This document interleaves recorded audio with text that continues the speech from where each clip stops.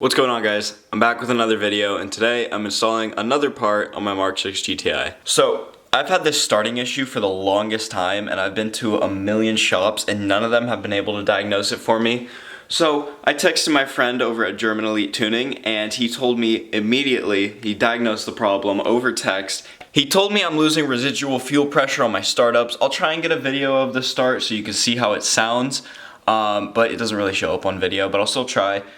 Basically, my car sometimes dies when I start it. My GTI has a push to start, so it's really weird. Sometimes it revs up for a second and then completely dies on a start. So he said it's probably my fuel filter that's supposed to be changed every 60,000 miles. My car has 145,000 miles, and I think that's the OEM fuel filter that's on the car, because the previous owner, even though I thought he took care of the car, I don't think he did. So first, I just gotta go pull the car in the garage. I'll try and get the sound or whatever of it starting on video. It's like a big clunk when it starts.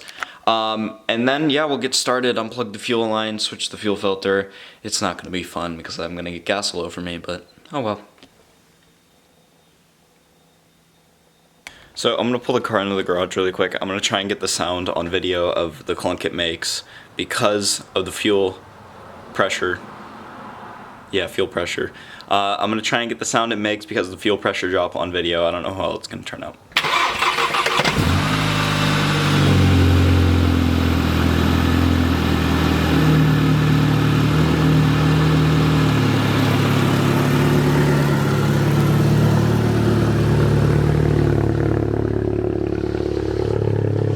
Well, that definitely didn't come out good because it really didn't make the noise, but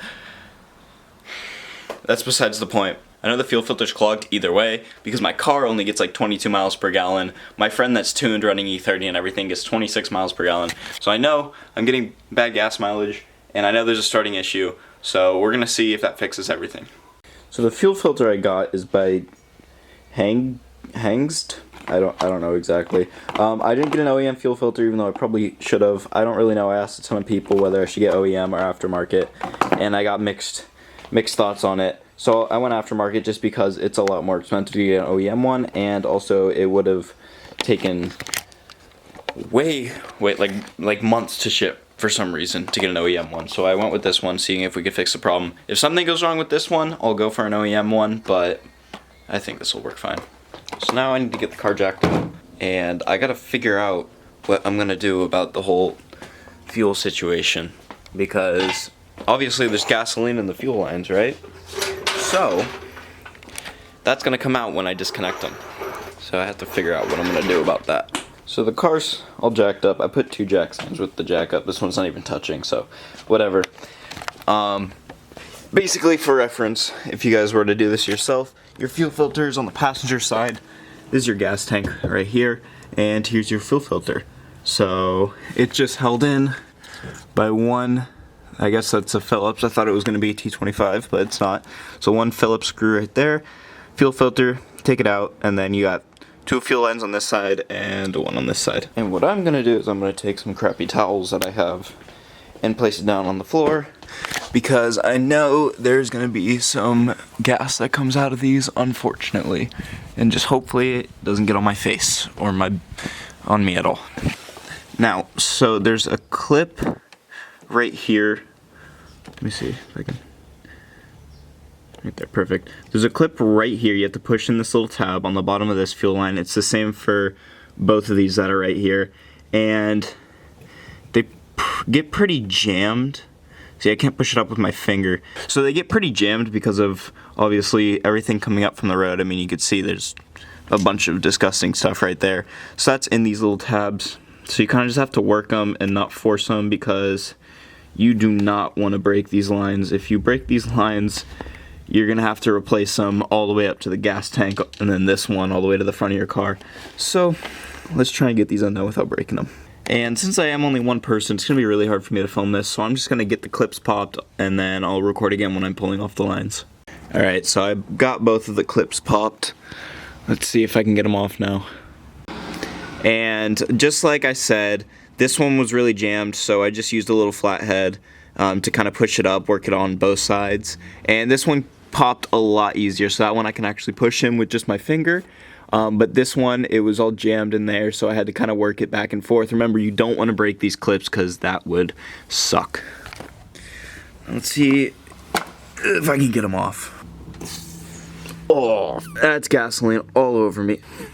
Okay, well that's one off. There's so much gas all over my hand. At least I have the towels down. Alright, next one.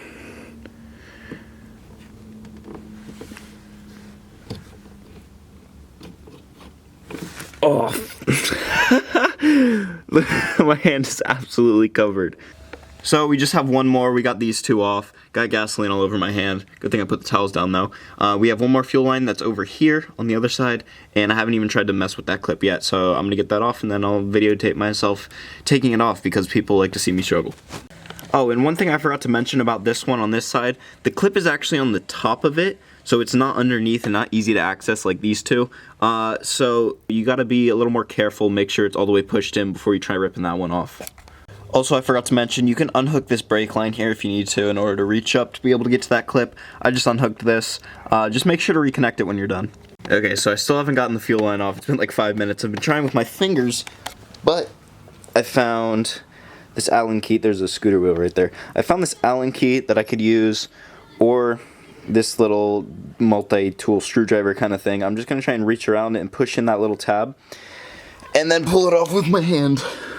So this one is definitely not the easiest. Okay, quick update. Let me move my phone out the way. So I was able to get the clip with just my finger. Let me focus this. I was able to get the clip with just my finger. I kind of turned the gas line a little bit so I could get my finger in the little clip area, but time for my hand to get even more wet. Okay, that one's not going to come off until I take the filter out. Never mind. So next what we're going to do is we're going to take a little Phillips and we're going to unscrew this screw right here, holding on this bracket. Alright, quick update. I wish I was filming that. So there's this little, up here, this little tab that comes out that hangs on to this little nipple up here on the fuel filter. And I knew I had to push it to the side. So if you guys can see that, there's like a little extra bracket right up here. There's not a ton of light going in there. Right up there. Like I said, it hangs onto this little nipple here that comes off the fuel filter.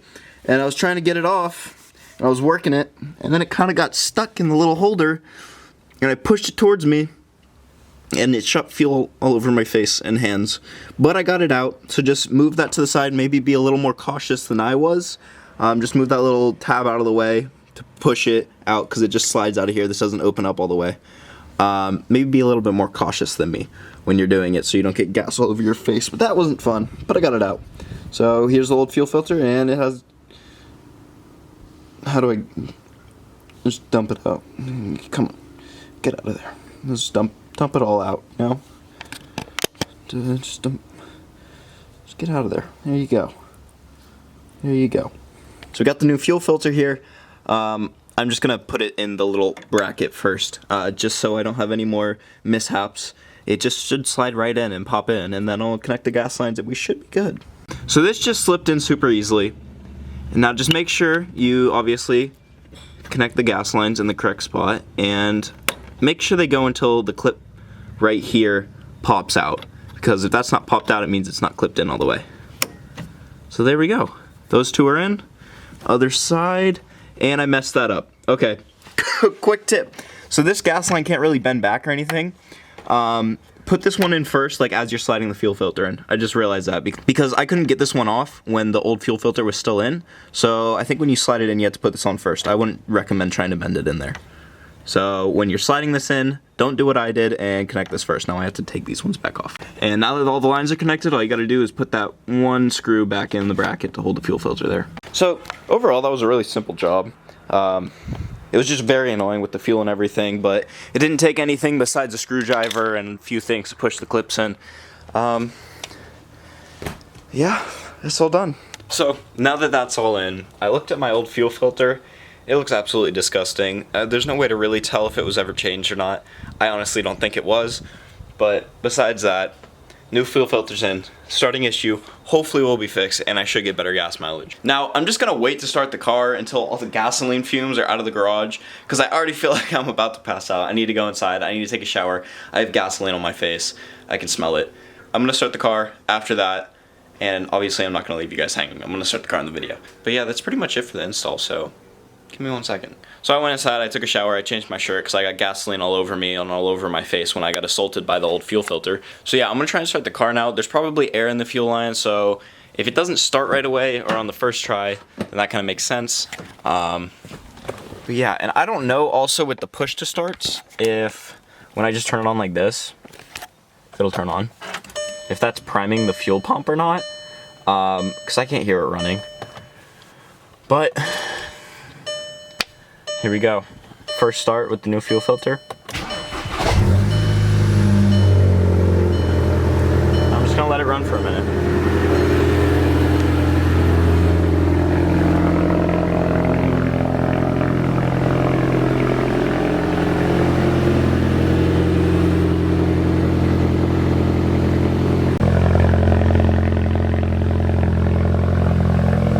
Now I'm back under the car. I'm just gonna make sure there's no leaks in anything. That's why I haven't reconnected this brake line yet, because just in case there was, but it looks like all the clips are on, there's no leaks.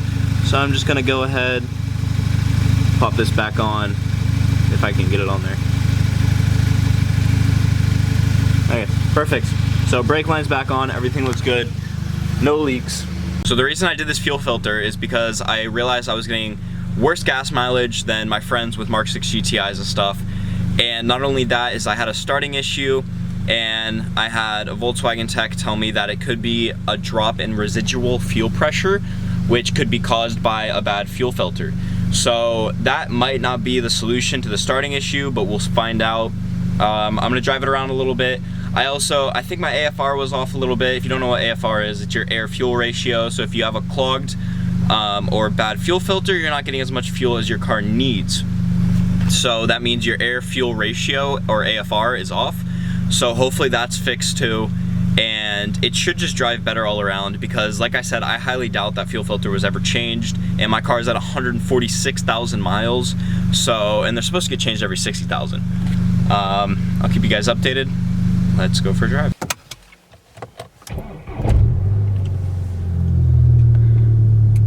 Oh my god, okay. I literally got in the car and I'm like, I don't know if the starting issue's fixed or not. And that started right up.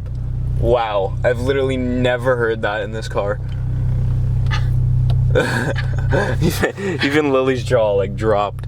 That start was like, I've never had my car start like that.